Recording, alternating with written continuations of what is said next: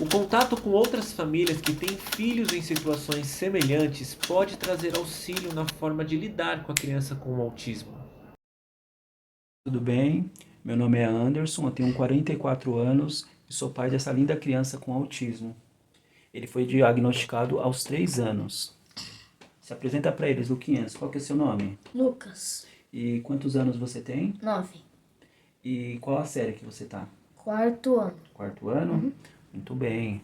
O Luquinhas, como eu disse, ele foi diagnosticado aos 3 anos. A coordenadora da escola chamou a gente para conversar porque ele estava tendo comportamentos diferentes. Nisso a gente procurou diversos profissionais, né? Só que todos os profissionais ficavam em dúvida, né? E nem todos conheciam sobre autismo também, tá? Aí a gente procurou um específico, né? E esse específico ele conhecia bastante sobre autismo. E logo no primeiro dia o Luquinhas foi diagnosticado com autismo. Aí eu me prontifiquei, né? A ficar em casa, né? A gente tinha essa condição de ficar um em casa, tá? E eu falei, Fia, você segura as pontas aí e eu vou me aperfeiçoar no autismo. Fiz o curso de autismo, me aprofundei bastante no ABA. O ABA me ajudou muito com ele, né? Ele com 3 anos e meio, ele falava 2 palavrinhas, não sabia pedir. Quando ele queria alguma coisa, ele pegava a minha mão e apontava para uma determinada coisa que ele queria. E o processo foi assim bem lento, mas foi bem progressivo, sabe? Então o diagnóstico foi assim, foi bem difícil, bastante. Eu não vou mentir para vocês não, eu chorava todos os dias para desfraldar ele. Foi muito difícil, mas com persistência, gente, com persistência a gente conseguiu desfraldar ele, tá? E eu usei reforçadores para poder ajudar ele.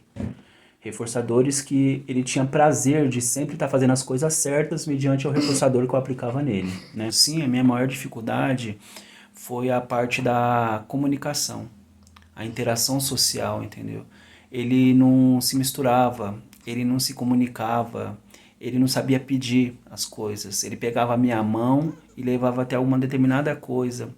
A seletividade alimentar também foi bem forte. Inclusive ele tem ainda isso, né? Mas reduziu muito, muito, muito, muito. Mas ele tem ainda, né? Mas no começo, como ele não sabia se comunicar, a gente precisava fazer 3 refeições para ele, para ver qual que ele ia gostar, entendeu? E até mesmo para líquidos, sucos, sabe, refrigerante, qualquer outra coisa, a gente tinha que fazer sempre dar várias opções para a gente acertar. E quando a gente acertava, a gente marcava no papelzinho para a gente nunca errar novamente. Então a textura da comida, tudo isso tinha um diferencial assim para ele se alimentar bem ou não.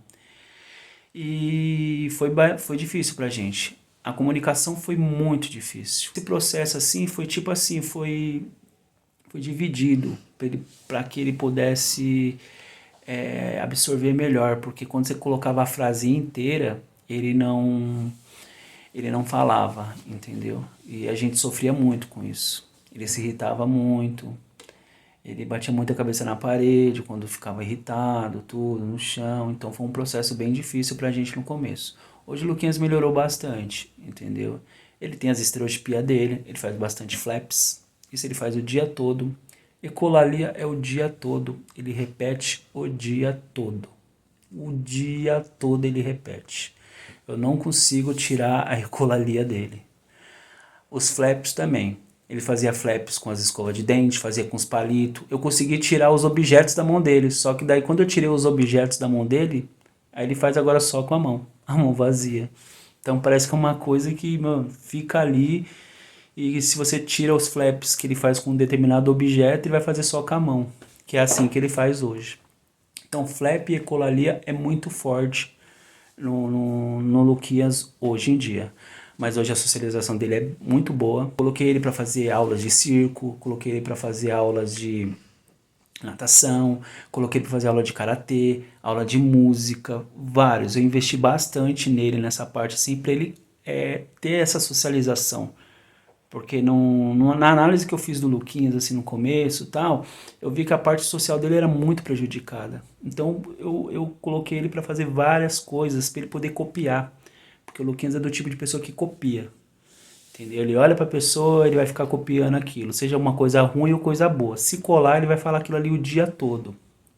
Então isso eu colocava ele perto de pessoas assim, para ele sempre copiar comportamento, jeitinho, e eu também interagia bastante com as crianças, porque ele sozinho não era atrativo para as crianças. Então eu passava a me interagir com as outras crianças também, a fim de criar um ambiente legal para que as crianças gostassem de brincar com ele também, né? E assim até hoje, tá? Eu tenho que fazer isso daí também para que crie um ambiente legal e agradável para ele brincar. Bom, se eu tivesse que dar um conselho a mim mesmo, lá atrás, quando eu descobri o diagnóstico de autismo do meu filho, qual conselho que eu daria para mim mesmo?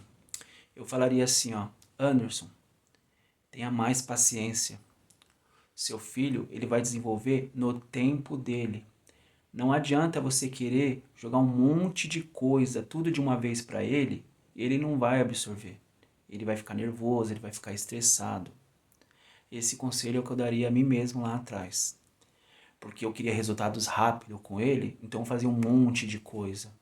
Aí com o passar do tempo eu fui vendo que esse monte de coisa estava atrapalhando ele. E eu tive que fazer o quê? Eu tive que fazer um tempo para cada coisa. Não ficar muita coisa assim para ele. Porque ele estava ficando com a cabeça bagunçada. Então respeitar o tempo dele. Tem um tempo dele que ele vai se desenvolver para determinada coisa. É isso que eu falaria para mim mesmo lá atrás. Tá bom? Um abraço, gente.